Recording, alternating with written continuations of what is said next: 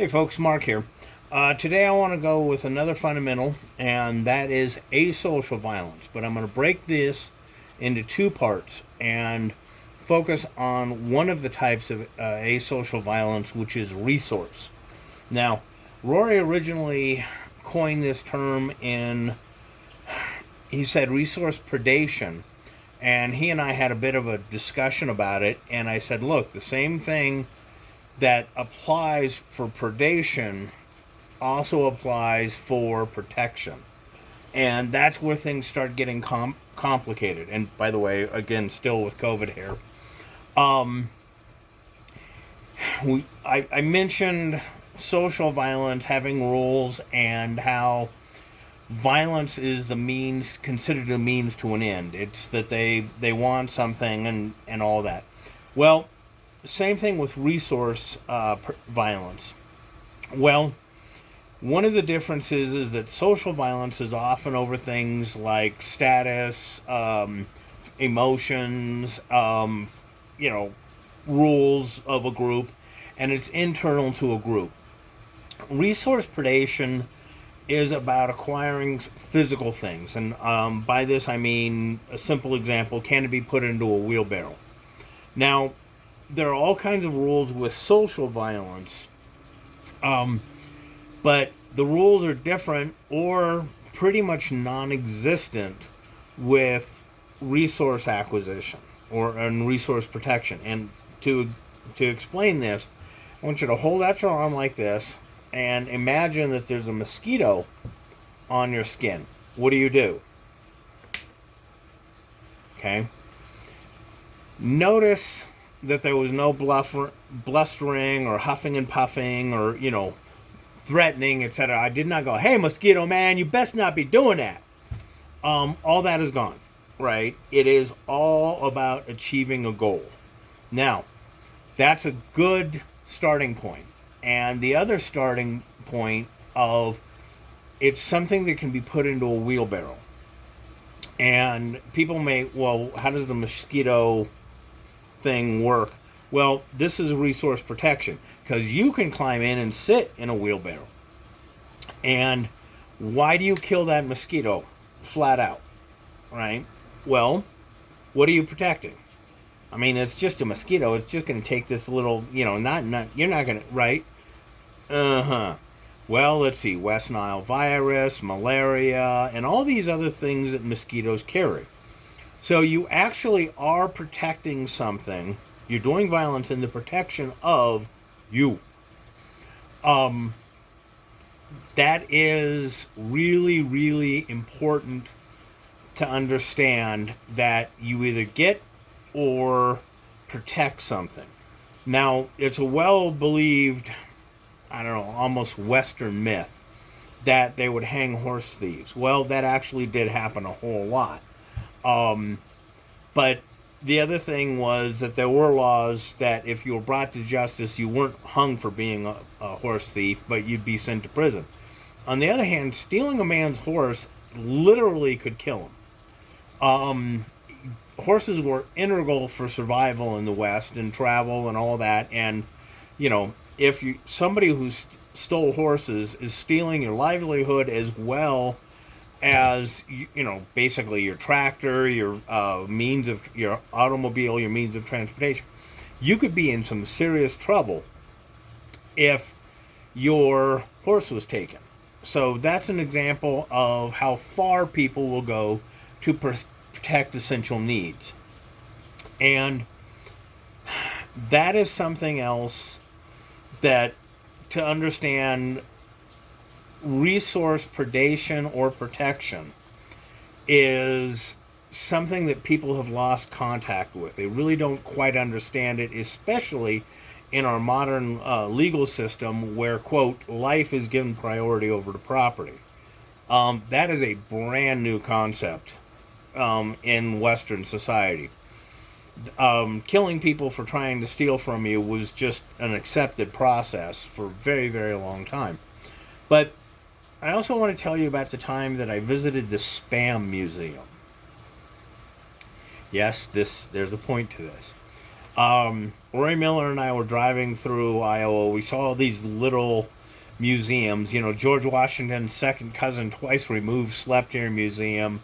Wide spot in the road museum. And we called up our friend Casey Kikison and said, "What is it with all these little funny museums?" And he goes, "Oh, don't worry, they go away once you get into Minnesota."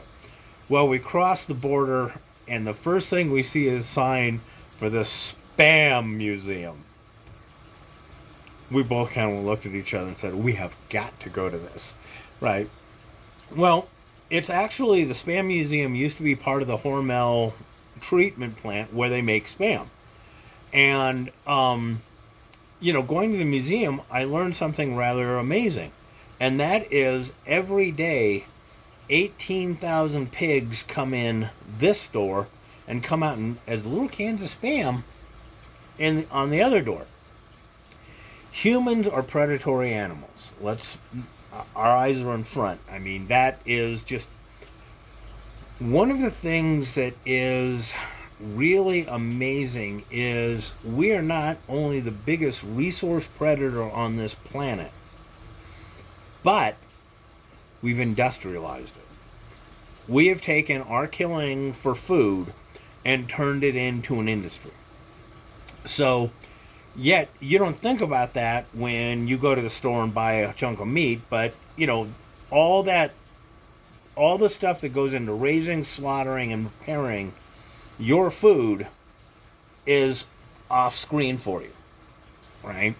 It comes to you in this little, in a little package, or maybe a plate at a restaurant.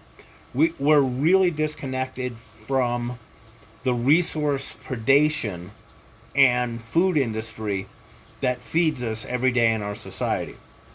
So when you talk about resource predation, people are like, "Oh, well, those are bad guys." It's like, no, it really is a matter of life for us. Well, that disconnect really makes it hard for us to understand resource protection and predation on the human level. And that's one of those things that I've talked about, how violence is overwhelmingly social, and in this particular case, human resource. It comes with instructions how to avoid it, and that the goal is something other than the violence. Put a pushpin in that. We'll come back to that with asocial violence. So it's a means to get what we want. Get something physical that we can put in a wheelbarrow. There, put it in the wheelbarrow. And that is something that makes it really unique, because the type of violence it is resource violence is usually very, very effective. Okay? It's not all the Sturm und Drang that comes with social violence. But often, in order to commit it, right, we have to use social scripts and pretend and all these other things that really complicate it. And the reason I'm hesitating here is how to explain the threat of violence is what makes it a robbery and a crime against the person. Okay? It's a personal crime, not a property crime, even though it's over property. Okay? It's a crime against a person. Well, and what happens is that these people will use social scripts as a setup to disguise what they're doing. And as I say setup, it's like they're setting up the asocial resource violence, and the way that they're doing it is using social scripts to con their way into proximity and position to attack. Now, this is something very, very weird about the difference between robberies and social violence. Often social violence will be woof woof, woof woof woof, instructions how to avoid, woof woof, woof woof, gets higher high until the attack happens, right? When the instructions don't work. A robbery and resource gaining is different because it's ass backwards. What they'll do is that they'll pretend it's a social script to confuse you, right? To get you thinking it's this when it's actually that. But then they will initiate an attack. And I do mean they will start the physical process of attacking and stop. Right? And when they stop is when the instructions on how to avoid them or avoid the continuation of violence happens. So it's no longer, get out of here, yada, yada, yada, yada. If you don't get out of here, I'm going to cut you. What it is, it's pretext. Talk, talk, talk, talk, talk. Wham! You're looking at a knife. Give me your money. Now you give them your money, and they're gone. And that's how it's backwards. So, the other thing is, if they can avoid using violence, if they can avoid using or making physical contact, the threat or the consequences are lower. So that's where it really starts messing with resource predation in the normal sense. Because they're playing all these different games. But remembering this, social violence can be de-escalated. Asocial violence can only be deterred. And I'll keep on banging that drum, because this guy is coming up with the intention of using the threat or violence to get what he wants. Okay? As long as you're confused and trying to play social scripts, he's got the advantage. On the other hand, if you indicate that you're aware of what's happening, and that's a subject which we'll go into elsewhere, that makes you too big of a risk. Because people who understand that this kind of violence is a higher level, okay, and it really is a higher level of violence, that in order to counter it, you have to use the same amount of force, if not greater.